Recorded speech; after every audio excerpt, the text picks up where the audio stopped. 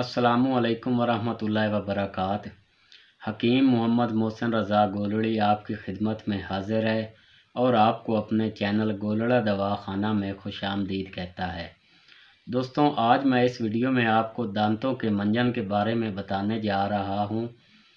तो दोस्तों, उससे पहले आपको डिटेल में ये भी बताऊंगा कि ये दांत पीले क्यों होते हैं, इसकी क्या वजूहात होती हैं या क्या असबाब होते हैं, और आखिर में आपको इसके बारे में नुस्खा भी बताऊंगा।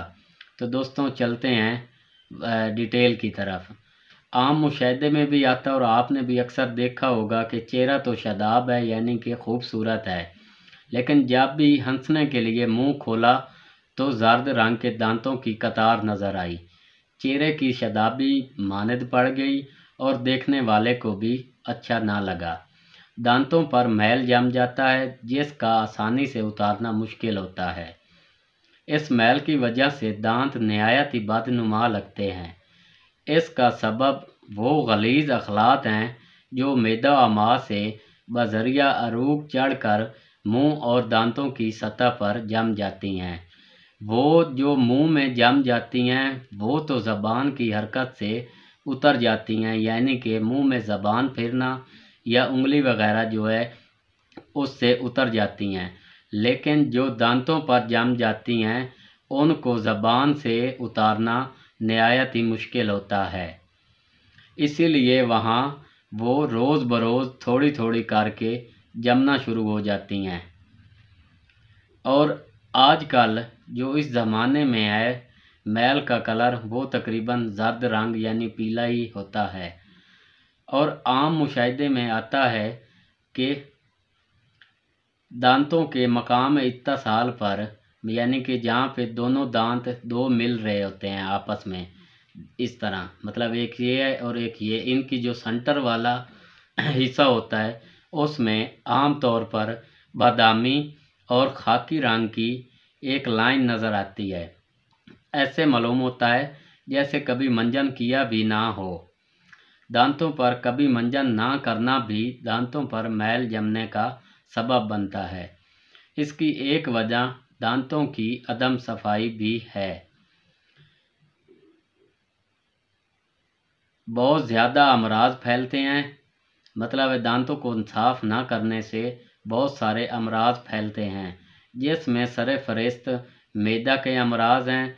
खुद सोचें कि जब दांतों पर मैल की तह होगी तो वो मवाद ग़िज़ा के साथ मैदे में जाएगा और ज़ोफ़े हज़म और सूए हज़म का सबब बनेगा। इसके अलावा बहुत ही मशहूर मक़ूला है कि दांत अच्छे तो सेहत अच्छी। तो दोस्तों, इसके लिए मैं एक मंजन का नुस्खा लेकर आपकी खिदमत में हाजिर हुआ हूँ, जिसके अज्जा आपको किसी भी करीबी पंसार स्टोर से बआसानी मिल जाएंगे। तो दोस्तों, नुस्खा के अज्जा के नाम और वज़न नोट फरमा लें। तो चलते हैं नुस्खा की तरफ। सबसे पहले हमारे पास है फिलफिल स्याह, काली मिर्चें। इसके बाद हमारे पास है नमक स्याह यानी कि काला नमक। इसके बाद हमारे पास है अकरकरा। ये दोस्तों आपने 1 नंबर लेना है, इसकी 2 नंबर भी मार्केट में आती है, लेकिन आपने नंबर 1 क्वालिटी का लेना है। इसके बाद हमारे पास हैं लौंग, ये देखें, ये लौंग। इसके बाद हमारे पास है फटकड़ी सफ़ेद, ये देखें। इसके बाद हमारे पास है कत्था, ये कत्था। इसके बाद हमारे पास है माई, ये छोटी छोटी मतलब है डोडियाँ बोल लें आप, ये डोडियाँ होती हैं।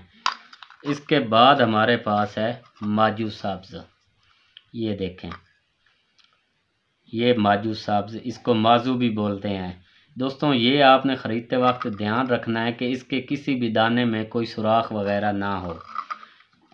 तो दोस्तों, ये सारी चीज़ें आप किसी भी पंसार स्टोर से ख़रीद लें। और इसका वज़न भी आपको बताता चलूँ, ये जो सारी चीज़ें हैं ان کا وزن چاہے آپ 1-1 تولہ لے لیں، 2-2 تولہ لے لیں یا 5-5 تولہ لے لیں، ٹھیک ہے۔ لے کر آپ نے ان ساری چیزوں کو صاف کرنا ہے۔